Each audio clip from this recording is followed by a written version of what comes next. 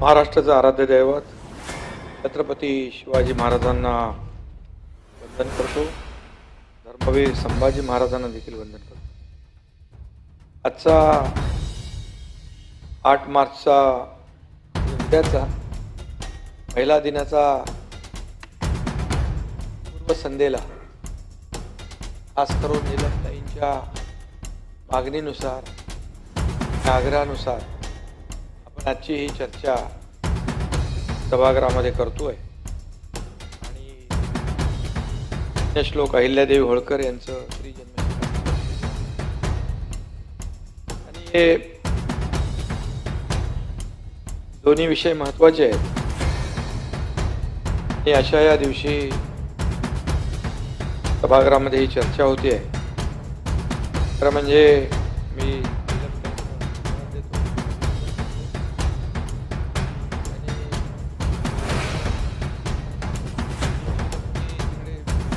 होता वाटतं पत्र पाठवलं होतं.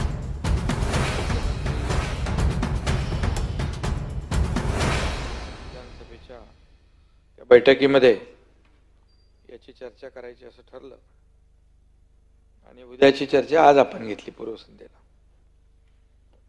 खरं म्हणजे शिवाजी महाराज त्यांचा आदर्श, त्यांच्या आदर्शावर आपण कारभार करतोय आणि खऱ्या अर्थाने ज्यांच्या कुशीतून हिंदवी स्वराज्याचं देखणं स्वप्न उमललं अशा राजमाता राष्ट्रमाता जिजाऊ यांना देखील मानाचा मुजरा करतो. आणि आज आपण सभागृहाचं परंपरा बदलली आहे. पहिली आपली लाडकी बहीण बोलणार आणि त्याचं उत्तर पण लाडकी बहीण देणार. त्यामुळे आजचा हा वेगळाच आपला चर्चेचा भाग आहे. विधिमंडळातील आणि राज्यातील माझ्या तमाम लाडक्या बहिणींना उद्याच्या आंतरराष्ट्रीय महिला दिनाच्या मनापासून शुभेच्छा देतो. स्त्री म्हणजे वात्सल्य, स्त्री म्हणजे मांगल्य, स्त्री म्हणजे मातृत्व, स्त्री म्हणजे कर्तृत्व आणि आदिशक्ती तू, प्रभूची भक्ती तू, काय काय किती बोलणार. झाशीची राणी, मावळ्यांची भवानी, प्रयत्नांना लाभलेली जननी तू, आजच्या युगाची प्रगती तू. महाराष्ट्राच्या कडेकपारीत स्वराज्याचा भगवा फडकवणाऱ्या अलौकिक सुपुत्राला जन्म देणाऱ्या राजमाता जिजाऊंचा हा महाराष्ट्र आहे. शंभूराजे धारातीर्थी पडल्यानंतरही स्वराज्याचा भगवा तडफेनं सांभाळणाऱ्या महाराणी येसूबाईंचा हा महाराष्ट्र आहे. हा जनाई मुक्ताई बहिणाईचा महाराष्ट्र आहे. हा पुण्यश्लोक अहिल्या देवी होळकरांचा महाराष्ट्र आहे. इंग्रजांना पळवणाऱ्या रणचंडी भीमाबाई होळकरांचा महाराष्ट्र आहे. कर्तव्य कठोर न्याय निवाडे करणाऱ्या दीपाई बांदलांचा महाराष्ट्र आहे.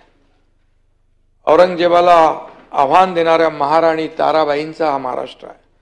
पोटच्या गोळ्याला पाठीशी बांधून बिजलीसारख्या कडाडत रणांगणात ब्रिटिशांशी 2 हात करणाऱ्या राणी लक्ष्मीबाईचा महाराष्ट्र आहे. हा देशाच्या पहिल्या महिला डॉक्टर आनंदीबाई जोशी यांचा महाराष्ट्र आहे. स्त्री सुधारणांचा मंत्र ज्यांनी सर्वात आधी जागवला त्या रमाबाई रानड्यांचा हा महाराष्ट्र आहे. चिखल आणि शेनगोळे खात शिक्षणाची क्रांतिज्योत पेटवणाऱ्या सावित्रीबाई फुले यांचा महाराष्ट्र आहे.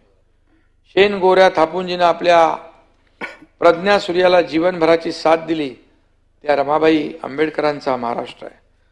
मंगळसूत्र गहाण ठेवून वसतिगृहातील पोरांची पोटं भरणाऱ्या लक्ष्मीबाई भाऊराव पाटलांचा हा महाराष्ट्र आहे. गान सम्राज्ञी भारतरत्न लता मंगेशकरांचा हा महाराष्ट्र आहे. नवऱ्याला बिबट्याच्या तावडीतून सोडवणाऱ्या संजना पावडे यांचा महाराष्ट्र आहे. आधुनिक काळातील सावित्रीचा हा महाराष्ट्र आहे, संजना पावडे. अनाथांची माय सिंधुताई सपकाळांचा हा महाराष्ट्र आहे. अध्यक्ष महोदय, सभापती महोदय, आणखी किती नावं घ्यायची.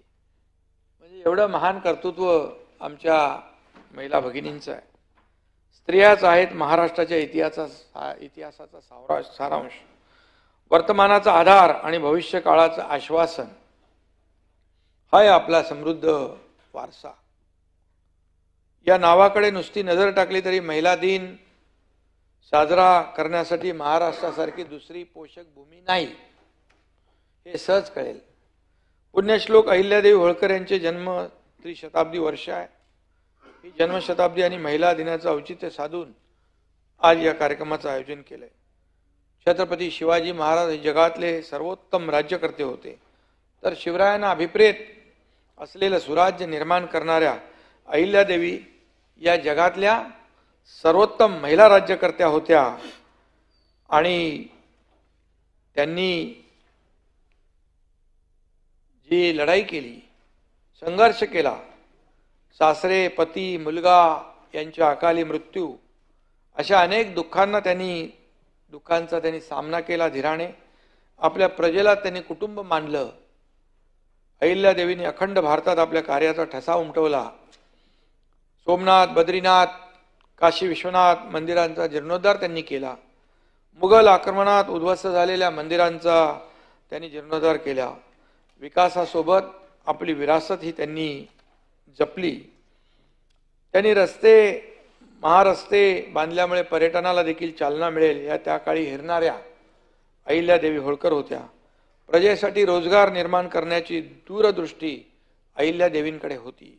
त्यांनी विहिरी, तलाव, कुंड, घाट बांधले, रस्ते, पूल निर्माण केले.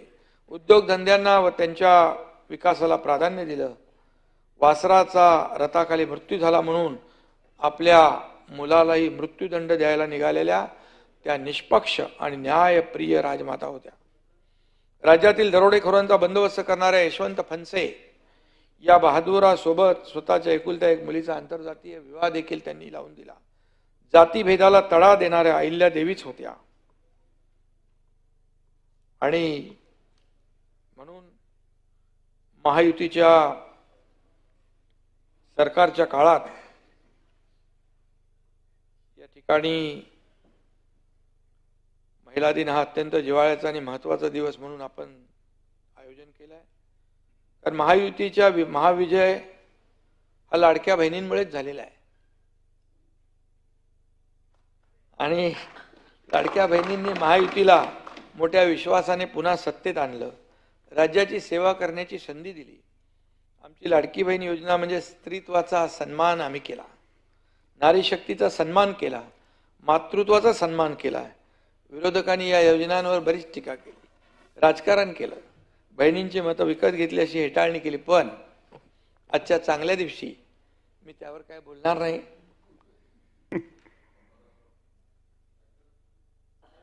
पण नुकत्याच झालेल्या निवडणुकीत माता भगिनींनी त्यांना काय काय वाटलं तसं ते ईव्हीएमचं बटन त्यांनी दाखवून दिलं आणि या राज्यामध्ये खऱ्या अर्थाने लाडक्या बहिणींचं सरकार आणलं. अनेक निवडणुकांमध्ये लाडक्या बहिणींनी शक्ती दाखवून दिली आहे. सुप्रसिद्ध शायर काफी आजमींच्या या 4 ओळी आहेत. क्यों त्याग करे नारी केवल, क्यों त्याग करे नारी केवल, क्यों नर दिखलाए झूठा बल, नारी जो जित पर आ जाए, नारी जो जित पर आ जाए, अबला से रणचंडी बन जाए. वार नाही तलवार आहे, मी शमशेरीची धार आहे. म्हणजे लाडकी बहीण हे माझ्या लाडक्या बहिणींनी दाखवून दिलेलं आहे. मला माझ्या लाडक्या बहिणींना सांगायचं आहे की तुम्ही आहात म्हणून आम्ही तुमचे लाडके भाऊ आहोत. तुम्ही आहात म्हणून हे लाडकं सरकार आहे, जोमाने कामाला लागलेलं आहे, पुढे प्रगती करते आहे. तुम्ही आहात म्हणून महाराष्ट्र आहे, तुम्ही आहात म्हणून सगळं आहे. आपल्या देशात 4च जाती आहेत, त्या म्हणजे महिला, गरीब, युवा आणि शेतकरी.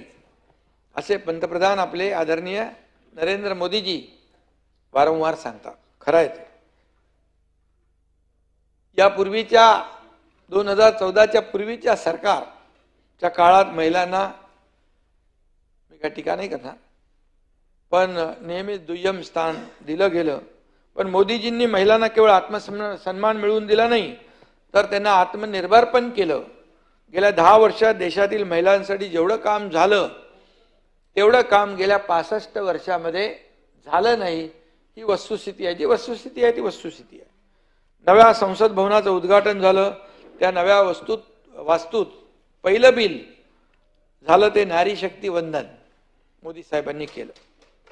आज आपल्या अनेक लाडक्या बहिणी लष्करात जातात, त्यांना मोदीजींनीच सैन्याचे दरवाजे उघडे करून दिले, अगोदर नव्हते. आज सियाचीन सारख्या दुर्गम बर्फाळ भागात आपल्या बहिणी सरहद्दीचं संरक्षण करतायत. अभिमान आहे आपल्याला. चांद्रयान, मंगळयान, सूर्ययानाच्या अंतराळ मोहिमांमध्ये शास्त्रज्ञ म्हणून मोलाची कामगिरी आपल्या लाडक्या बहिणी बजावतायत. हे देखील अभिमानाची गोष्ट आहे. लढाऊ विमान उडवत आहेत. पोलीस दलात भरती होती आहे. अनेक मोठमोठ्या कंपन्यांचं नेतृत्व महिला करतायत. कुठल्याही देशाला अभिमान वाटेल असं वरदान भारताला या भगिनींमुळे लाभलं आहे. आज देशाच्या प्रमुखपदी महिला राष्ट्रपती आहेत. महिलांनी परराष्ट्र अर्थखात अशी महत्वाची खाती सांभाळली आहेत. आता देखील अर्थमंत्री आपल्या निर्मला सीतारामजी आहेत. प्रेरणा देवस्थळी या मराठमोळ्या महिलेच्या हाती आज युद्ध नौकेचं सारथ्य आहे. युद्ध नौकाचं उद्घाटन झालं सिंधुदुर्गामध्ये, मोदीजी आले होते. ती प्रेरणा देवस्थळी आहे महाराष्ट्रातली. राज्याच्या मुख्य सचिवपदी आपल्या सक्षम सुजाता सौनिक आहेत. रश्मी शुक्ला सारख्या कणकर अधिकारी पोलीस महासंचालक आहेत. राज्याच्या प्रधान वनसंरक्षक सौमिता विश्वास आहेत. अशा अनेक महिला चांगल्या कर्तृत्वावर आणि कर्तव्यावर आहेत. देशाचं स्वातंत्र्य असो किंवा कुठल्याही सुधारणांसाठी केलेलं आंदोलन असो, महिला कधीही मागे राहिल्या नाहीत. कचरा वेचणाऱ्यांपासून ते पोलीस अधिकाऱ्यांपर्यंत, सैन्य दलातून संरक्षण करणाऱ्या ते घरकाम करणाऱ्यांपर्यंत या लाडक्या बहिणी पुढे आहेत. तसेच राजकारण आणि प्रशासनातील अनेक कर्तृत्ववान महिला आपल्या देशाच्या विकासामध्ये त्यांचं फार मोठं योगदान आहे. राज्याच्या खेडोपाड्यात आणि दुर्गम भागात लोकांना आरोग्य सेवा देणाऱ्या आशा सेविका आणि अंगणवाडी सेविका, त्यांचं देखील मोठं योगदान आहे. त्यांना देखील प्रणाम केला पाहिजे. त्यांचं देखील अभिनंदन केलं पाहिजे, कारण त्यांचं योगदान देखील मोठं आहे. गेल्या काही दिवसात बदलापूर ते स्वारगेट पर्यंत स्त्रीत्वाचा अपमान करणाऱ्या अनेक घटना घडल्या. या दुर्दैवी आहेत, वेदनादायी आहेत, दुःखद आहेत, माणुसकीला काळीमा फासणाऱ्या आहेत. अशा नराधमांची जागा यमसदनीच असते. आणि म्हणून बदलापूरच्या प्रकरणात काय झालं ते आपण सगळ्यांनी बघितलंय. आणि म्हणून आमच्या आया बहिणींवर अत्याचार करणाऱ्या नराधमांना आम्ही सोडणार नाही, सरकार सोडणार नाही. चुकीला माफी नाही, हे पुन्हा एकदा मी इथं सांगतो. एकीकडे आपल्या माता भगिनी पुरुषांच्या खांद्याला खांदा लावून काम करतायत आणि खांद्याला खांदा लावून नवनवी यशाची शिखरं गाठताना आपण पाहतोय. खरं तर 2 पावलं त्या पुढेच आहेत, मागे नाहीत. म्हणजे आता तर आपलं महापालिकेमध्ये आरक्षण किती आहे? 50-50%. निलमताई विशेष बाब सांगतो, 50-50% महापालिकेत आहे. आता इकडे होईल ना, ते सगळीकडे होईल 29ला.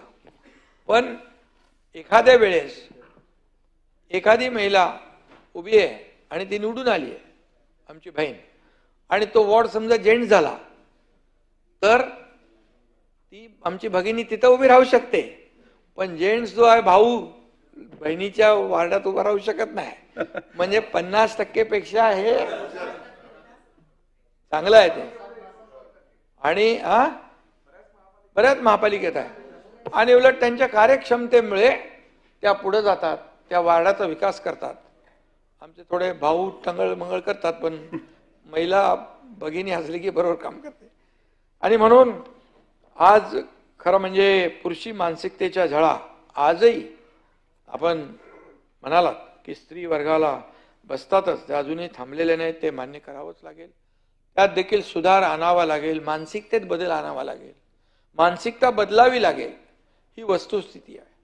याचा अर्थ आपण कुठंतरी कमी पडतोय हे आपण मान्य केलं पाहिजे. मातृत्वाचा गौरव आपण नेहमीच करतो.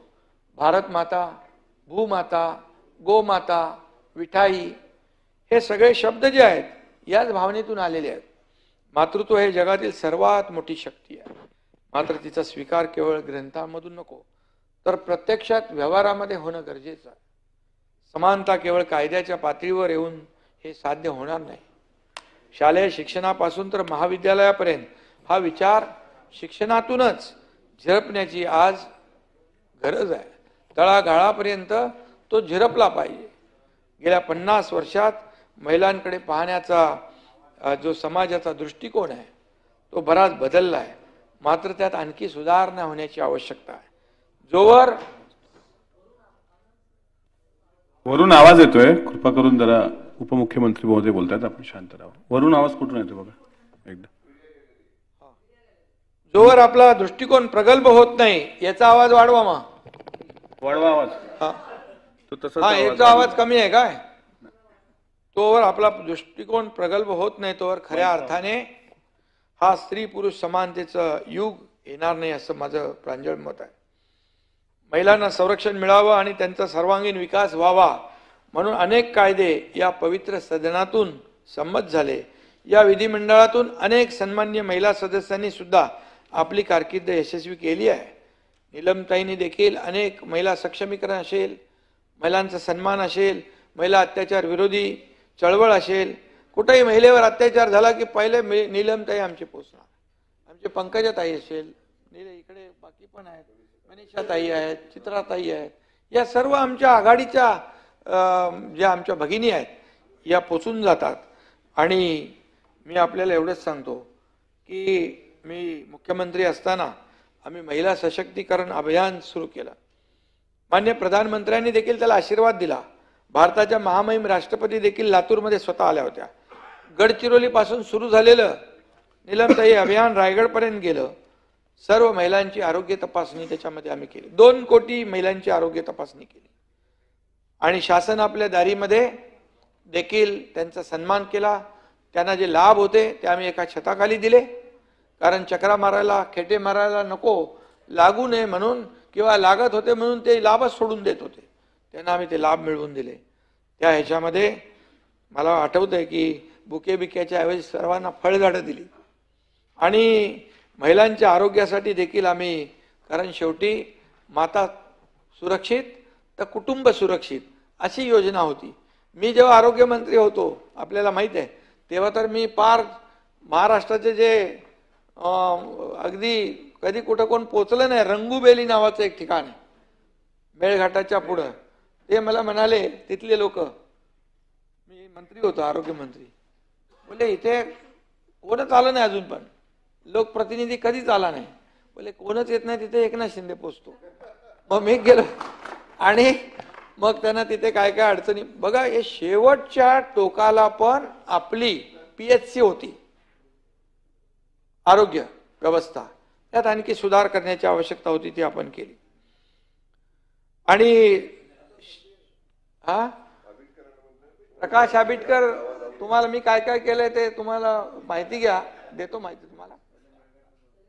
आणि शेवटी ही सेवा आहे, आरोग्य सेवा ही मनुष्य सेवा, ईश्वर सेवा आहे. एक माणसाचा जीव तुम्ही वाचवला, त्याचा कुटुंबाचा दुवा आणि समाजाचा दुवा मिळतो तुम्हाला. मला आठवतं मी मुख्यमंत्री असताना मुख्यमंत्री सहायता निधीमधून 450 का 460 कोटी रुपये दिले. 70 ते 80 हजार लोकांना फायदा झाला.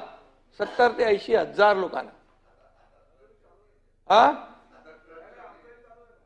नाही चालू आहे. आणि दुसरी गोष्ट, पूर्वीच्या सरकारमध्ये 2.5 वर्षामध्ये किती दिले होते माहित नाही मला, पूर्वीच्या सरकारमध्ये.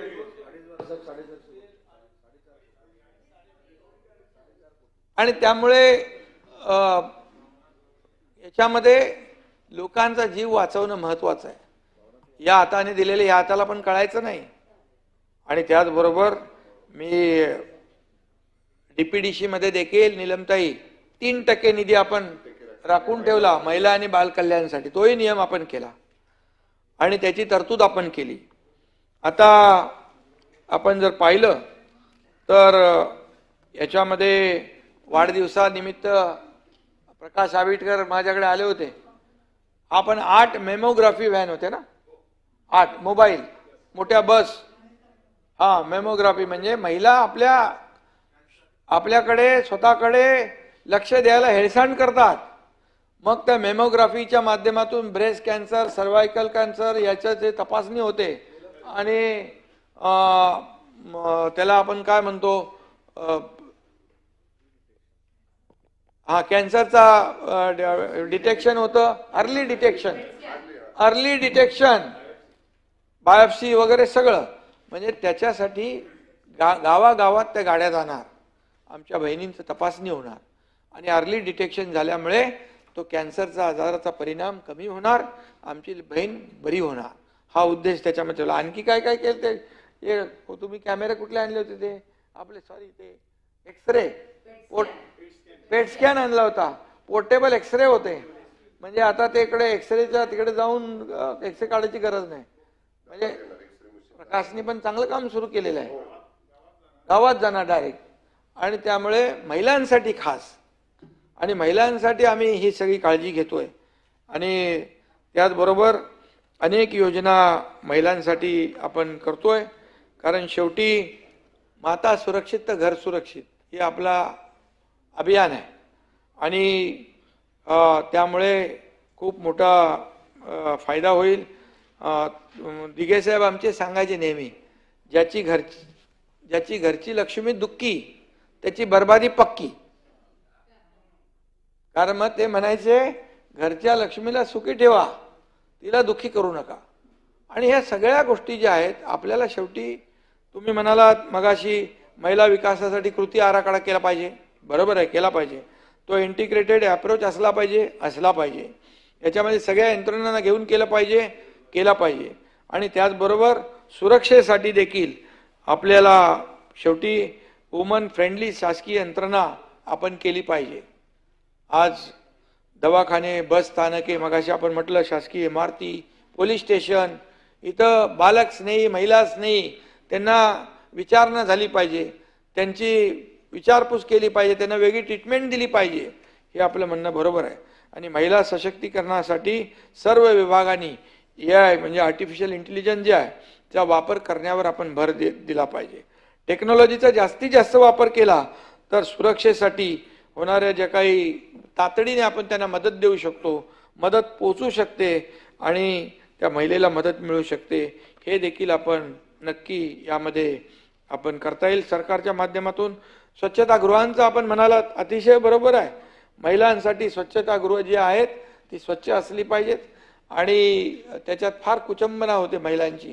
यावर देखील आपण खास लक्ष घातलं पाहिजे. प्रकाश आंबेडकर इकडे आहेत आणि इकडे आपले दादा भुसे पण आहेत. शाळांमध्ये आणि हॉस्पिटलमध्ये ज्या ज्या ठिकाणी ही बसस्टँडवर परिवहन समितीचे इथं मंत्री आहेत, तर तिकडे बसस्टँडवर देखील जी ST स्टँडला जी शौचालय आहेत, स्वच्छतागृह आहेत, ती अतिशय स्वच्छ. मी त्यांना सांगितले, मंत्री प्रताप सरनाईक, तुम्ही सरप्राईज व्हिजिट करा. मी एकदा सभापती महोदय ठाण्यात गेलो होतो एका कार्यक्रमाला, तर खोपटला कार्यक्रम चालू होता. मी म्हणालो यांचा रेस्टरूम कुठे आहे, मग घेऊन गेलो वरती. अशा रस्त्या बांधल्यात, सगळं ते शौचालय नाही, असे माणसं खाली आहेत. ताबडतोब मी सांगितलं याच्यामध्ये मी पुढच्या व्हिजिटला येईन त्या दिवशी. आणि एकाला चांगलं मी दिलं त्याला इंजेक्शन. आणि लगेच मला प्रताप सरनाईक मंत्री झाल्या त्याचं उद्घाटन करायला गेलो. आणि हे मॉडेल पूर्ण त्याचा रेप्लिका महाराष्ट्रामध्ये करायला पाहिजे. आपण करतोय. आपण म्हणजे महिलांसाठी जे स्वच्छतागृह आहे ती बिलकुल साफ होतील. आणि तुम्ही काळजी करू नका, तुम्ही तर फिरत असता, म्हणजे कुठे काय झालं की तुमचं राऊंड असतो, तुम्ही पण सरप्राईज व्हिजिट द्या. आणि त्या जिथं चांगलं आहे त्याला आपण बक्षीस देऊ, जिथं वाईट आहे त्याचं बरोबर आपण त्याला कार्यवाही करू. आणि त्यामुळे या सगळ्या बाबी ज्या आहेत त्या आपण करतोय. गृहनिर्माण मंत्री म्हणून आम्ही नवीन धोरण आणतोय, पॉलिसी आणतोय. त्या पॉलिसीमध्ये वर्किंग वुमन हॉस्टेल ते आम्ही घेतोय, परवडणारी घरं, परवडणारी भाड्याची घरं, आणि त्याचबरोबर विद्यार्थ्यांसाठी देखील हॉस्टेल आपण करतोय, सिनियर सिटीजनसाठी करतोय. पण सरकार सगळ्यात महत्त्वाचं वर्किंग वुमनसाठी आपण त्या नवीन धोरणामध्ये त्याचा समावेश केलेला आहे. आणि हे चांगलं आहे. हे म्हणजे आपल्या मुलींसाठी, आपल्या बहिणींसाठी चांगलं आहे. मी त्यांना सांगितलं मगाशी की सर्व ST डेपो आहेत, या ST डेपोचे सगळे शौचालय अतिशय स्वच्छ असले पाहिजे. महिलांचे विशेष करून जास्त स्वच्छ असले पाहिजे. नंतर सरप्राईज विजिट नीलमताई पण देऊ शकतात आणि मी पण देऊ शकतो. त्यामुळे तुम्ही आपलं तुमचं काम सुरू करा. आणि त्याचबरोबर उच्चस्तरीय शिक्षणाचा आपण विद्यार्थिनी 50% फी देत होतो आपण.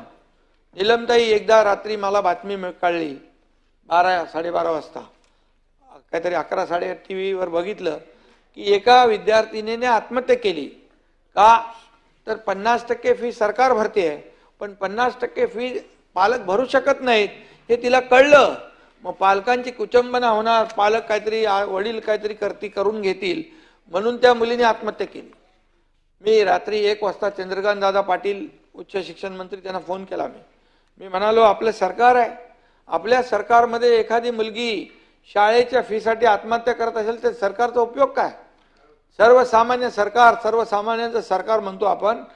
तातडीने आपण निर्णय घेतला आणि मुलींना 50%च्या ऐवजी 100% फी माफ केली. आज त्यांना आणखी बऱ्याचशा सुविधा दादा भुसे करतायत. दादा भुसे एकदम त्या शालेय शिक्षण विभागामध्ये शिक्षणाचा दर्जा, मुलींच्या शिक्षणाचा दर्जा उंचावला पाहिजे यासाठी काम करतात. मला त्यांचं अभिनंदन करायचं आहे. खरं म्हणजे आता मी त्यांना भुसे गुरुजी म्हणतो. त्यांना आता प्राध्यापक दादा भुसे असं म्हणावं लागेल की कारण त्यांनी मला अध्यक्ष महोदय तुम्ही पण आहे ना प्राध्यापक, आता यांनी मला एका शाळेत घेऊन गेले नाशिकमध्ये. जिल्हा परिषदची शाळा होती, त्या शाळेमध्ये हिवाळी नाव आहे गाव. त्या शाळेमध्ये मुली दोन्ही हाताने एकाच वेळी लिहितात. एका हाताने मराठी, एका हाताने इंग्रजी. आणि आपली कलम आहेत ना 1 ते 100 IPC CRPC, ते कलम कुठलंही विचारलं तर ते अर्थ सांगतात. ते पाडे कितीपर्यंत म्हणतात माहित आहे आपण? किती? 25, 30, बरं 30 60, 30 90 असं ते 1330 पर्यंत पाडे म्हणतात. 1330 गुणिले 1330 एके 30, 1330 दुने काय 2660 बोलून दाखवले. अशी मुलं जिल्हा परिषदच्या शाळेतली आहे. आता त्यांनी या शाळांची अशीच व्याप्ती वाढवण्यासाठी 1000 असे शिक्षक शोधलेत जे शिक्षण वेडे आहेत. आणि तिथला शिक्षक गावीत नाही, त्याचं ना गावीत, तो गावीत शाळा सोडून कुठे जात नाही, शाळेतच त्यांनी एवढी शाळा सुंदर केली आहे. एक म्हणजे ते उदाहरण बघा, तुम्ही सगळीकडे देऊ शकतो आपण. एका शेतकऱ्याची 1.5 एकर जमीन होती. त्या जमिनीपैकी 1 एकर जमीन त्यांनी शाळेला दिली, म्हणजे अर्धाच एकर ठेवली. आणि एक संस्था होती, त्यांनी ती शाळा बांधली. शाळा पण बांधली काय, तिथलं हवाईचा स्पीड किती आहे, काय किती आहे असं बघून साधी शाळा बांधली एकदम. आता तो शिक्षक पण तिथे एकदम त्याचं एवढं डेडिकेशन डिवोशन आहे की त्याला खरंच सल्यूट केला पाहिजे. मग त्या मी बोलवलं त्या माणसाला, बोललो तू 1.5 एकर मधली 1 एकर दिली, आता तुझ्याकडे काय? बोले नाही माझं कर्तव्य केलं. मग मी त्याला 5 लाख रुपये दिले. बोले थोडी जमीन घे विकत आणि तुझं उदरनिर्वाह कर. म्हणजे असे लोक तिथे आहेत. त्यामुळे अशा शाळा ज्या आहेत आपल्या, या शाळांमध्ये देखील मुलींचं शिक्षण जे आहे, मुलींबरोबर मुलांचंही, परंतु त्या ठिकाणी स्वच्छता, तिथलं वातावरण, त्या सगळ्या गोष्टी. आणि आपण एक मॉडेल स्कूल करतोय. म्हणजे खाजगी शाळेतली मुलं जिल्हा परिषदच्या शाळेत, सरकारी शाळेमध्ये येऊ लागली. एकीकडे आपण पटसंख्या कमी झालं म्हणतो, पण इकडे पटसंख्या वाढायला लागली आहे. त्यामुळे खूप चांगला बदल होतोय. आणि म्हणून आपण अनेक योजना करतोय. तुम्ही अनेक सूचना केल्यात, ते मी लिहून घेतलेले आहेत. आणि खऱ्या अर्थाने त्याची अंमलबजावणी करणं सोपं आहे. शेवटी आपल्याला महिलांना, आपल्या लाडक्या बहिणींना मान सन्मान द्यायचा असेल, जसं प्रधानमंत्री मोदींनी किती योजना केल्या, भरपूर योजना केल्या, तसं आपलं राज्य सरकारने देखील केल्या. लेक लाडकी लखपती वगैरे किती योजना केल्या. 30,000 रुपये रिव्हॉल्विंग फंड दिला आपण बचत गटांना, त्याच्यामध्ये झालं.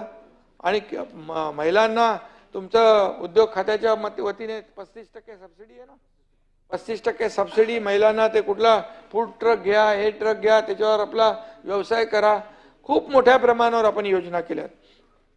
आणि म्हणून जसं पुण्यश्लोक अहिल्यादेवी होळकर महिला स्टार्टअप योजना आपण केली, महिलांना पिंक रिक्षा, सर्व समावेशक महिला धोरण आपण राबवलं. मगाशी सांगितलं तसं 15,000चे 30,000 आपण केले रिव्हॉल्विंग फंड. महिलांना एसटी मध्ये 50% सवलत दिली. सगळे बोलले काय होणार, एसटी अशीच खड्ड्यात गेली आहे. अरे मी बोललो करून तर बघा.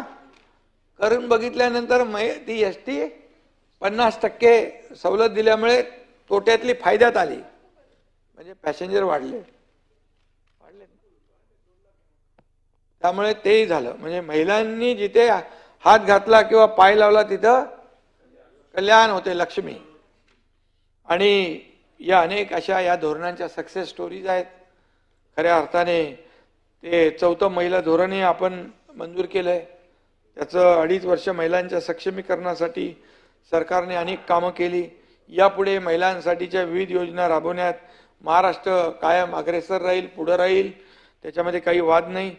आपण 1 दिवस महिला दिन साजरा करतो, परंतु जेव्हा आपण महिला वर्ष, महिला दशक, महिला शतक साजरं करू तेव्हा समाज खऱ्या अर्थाने प्रगतिशील झालेला आपल्याला पाहायला मिळेल. आणि म्हणून मी पुन्हा एकदा आमच्या सर्व लाडक्या बहिणींना खूप खूप शुभेच्छा देतो. आणि हेही सांगतो की कधी कधी राजकारणामध्ये सत्ता येते, सत्ता जाते, पुन्हा सत्ता येते. पद येतात, पद जातात, पुन्हा येतात.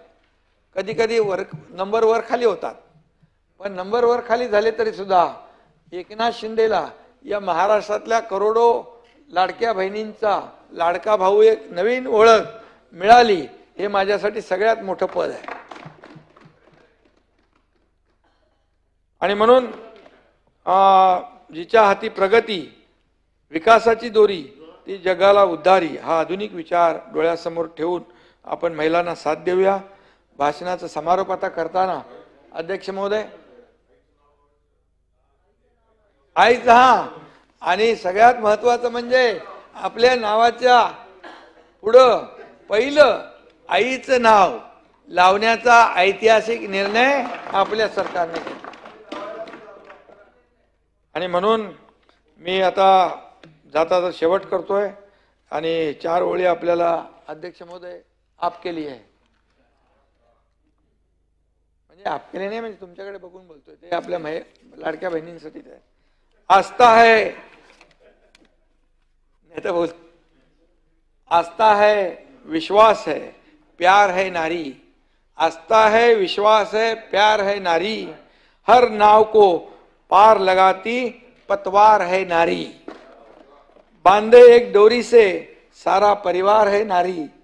बांधे एक डोरी से सारा परिवार है नारी. जीवन का हम सबके आधार है नारी. धन्यवाद. जय हिंद, जय महाराष्ट्र.